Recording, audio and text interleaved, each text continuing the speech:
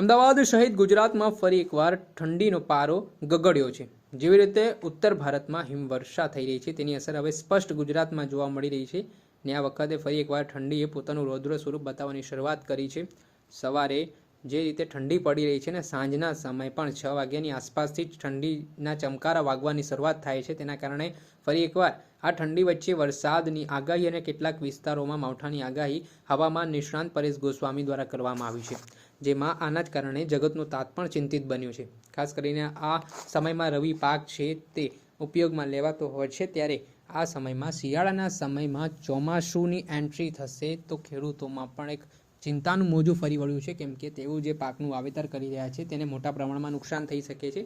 આ ઘટનાના સંદર્ભમાં હવામાન નિષ્ણાંત પરેશ ગોસ્વામીએ ખેડૂતોને લઈને શું મહત્વના સમાચાર આપ્યા છે, સાથે જ કયા કયા જિલ્લાઓમાં માવઠા પડી શકે છે, ક્યાં કેવી અસર વર્તાઈ શકે છે તે સાંભળી લો। અનેક વિસ્તારોની અંદર વિઝિબિલિટી ડાઉન થઈ છે, જેને કારણે અત્યારે રાજ્યની અંદર જે ઠંડીનો માહોલ પણ છે ને એ સાથે માવઠાઓ પણ પડી રહ્યા છે। વિઝિબિલિટી ડાઉન થઈ છે તે ખૂબ ભયંકર રીતે અત્યારે રાજ્યની અંદર એની અસર પણ જોવા મળી રહી છે।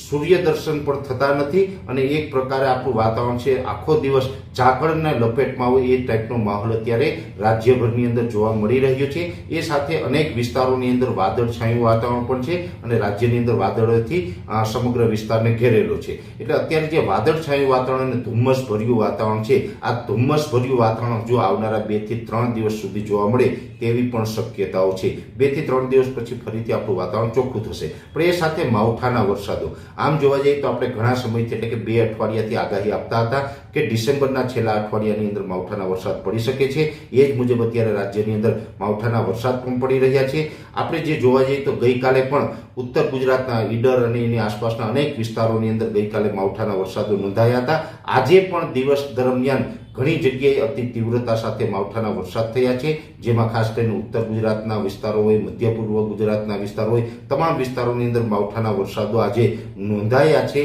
આજે 27 તારીખ હતી ને આજે વધારે તીવ્રતા સાથે અનેક વિસ્તારોને આવરી લીધું છે। હવે આવતીકાલે છે 28 તારીખ, પણ 28 તારીખે પણ આ માવઠાની શક્યતાઓ હજી યથાવત છે। જહાં એક ચોક્કસથી છે કે આવતીકાલે થોડુંક તીવ્રતામાં ઘટાડો થશે, પણ ચોક્કસથી આવતીકાલે માવઠાઓ નોંધાશે।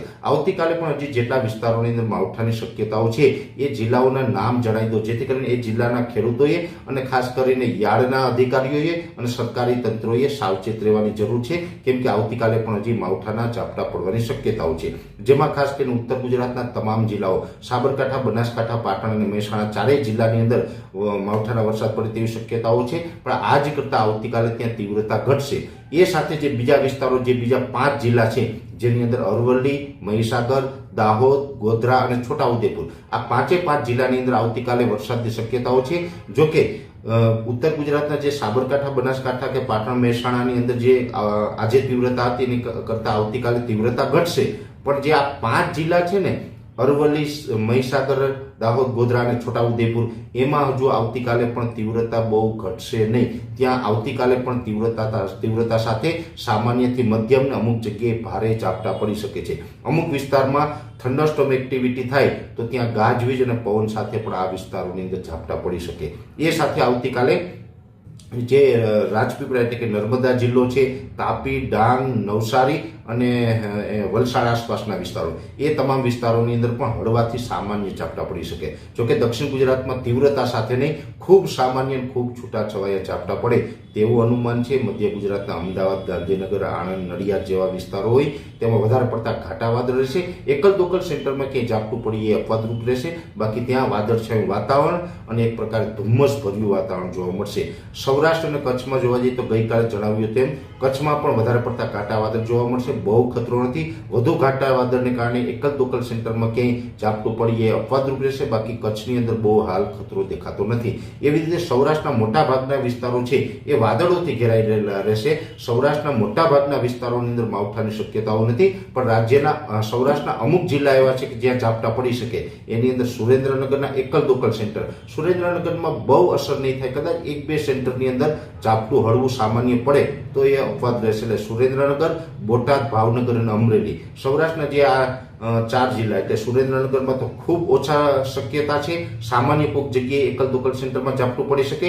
બાકી બોટાદ, ભાવનગર અને અમરેલી જિલ્લાની અંદર એકદમ છૂટાછવાયા અને સામાન્ય ઝાપટા પડશે. હેવી ઝાપટાની સામાન્ય ઝાપટા પડે તેવી શક્યતાઓ રહેલી છે.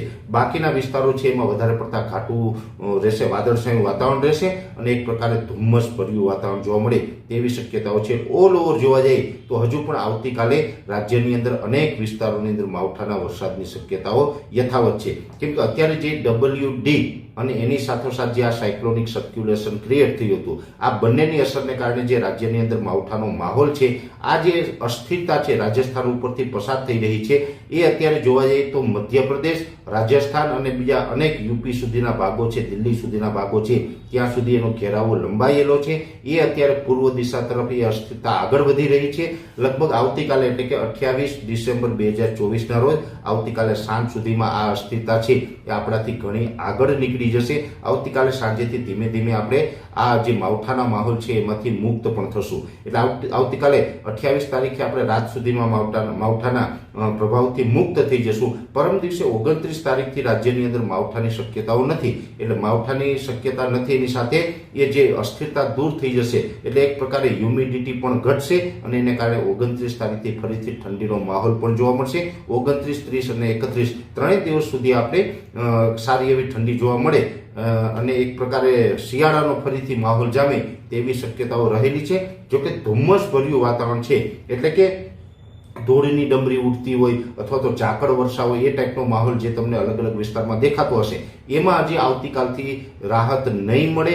કેમ કે એ જે ધુમ્મસ ભર્યું વાતાવરણ છે એ ધીમે ધીમે આપણે દૂર થશે. આવતીકાલે તો રહેશે જ, પણ એની સાથે 29 અને 30 તારીખે એમ 2 દિવસ એ પછી પણ જોવા મળે. એટલે આવતીકાલે 28, 29 અને 30 એમ 3 દિવસ સુધી હજી રાજ્યના અલગ અલગ વિસ્તારોની અંદર ધુમ્મસ ભર્યું વાતાવરણ જોવા મળે અને વિઝિબિલિટી ડાઉન જોવા મળે તેવી પણ શક્યતાઓ છે. પણ હા, એક ચોક્કસથી છે જે અત્યારે ધુમ્મસ ભર્યું વાતાવરણ છે એમાં ધીમે ધીમે ઘટાડો છે ને એ ચોક્કસથી થતો જશે. ધીમે ધીમે ઘટાડો થતા 30 તારીખ આવતા વાતાવરણ છે આપણું ચોખ્ખું થશે ને એ પછી રાબેતા મુજબની ઠંડી છે એની પણ શરૂઆત થઈ જશે. એટલે ઓલ ઓવર જોવા જઈએ તો આપણે ઘણા સમયથી જે માવઠાની માહિતી આપતા હતા, આગાહી કરતા હતા, એ મુજબનું માવઠું ગઈકાલે 26 તારીખ અને 27 તારીખે 2 દિવસ દરમિયાન જોવા પણ મળ્યું છે. આવતીકાલે 28 તારીખે હજુ એક દિવસ જોવા મળે તેવી પણ સંભાવનાઓ છે.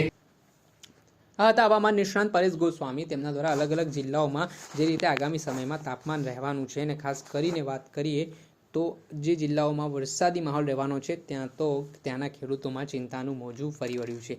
હવે જોવાનું રહેવું કે ફરી એકવાર જો અલગ અલગ વિસ્તારોમાં ભર શિયાળે ચોમાસું એટલે વરસાદ પડશે તો પછી ફરી એકવાર ગુજરાતમાં ઠંડીનો પ્રકોપ છે તે વધી શકે છે અને તેની સીધી અસર અન્ય જિલ્લાઓમાં પણ જોવા મળી શકે છે. ત્યારે કહેવાય રહ્યું છે કે આગામી સમયમાં ઠંડી તેની તીવ્રતા પણ દેખાડશે. દર્શક મિત્રો, એન કવરેજ ન્યૂઝને આપ લાઇક કરી લો, સબસ્ક્રાઇબ કરી લો અને શેર કરવાનું ભૂલતા નહીં.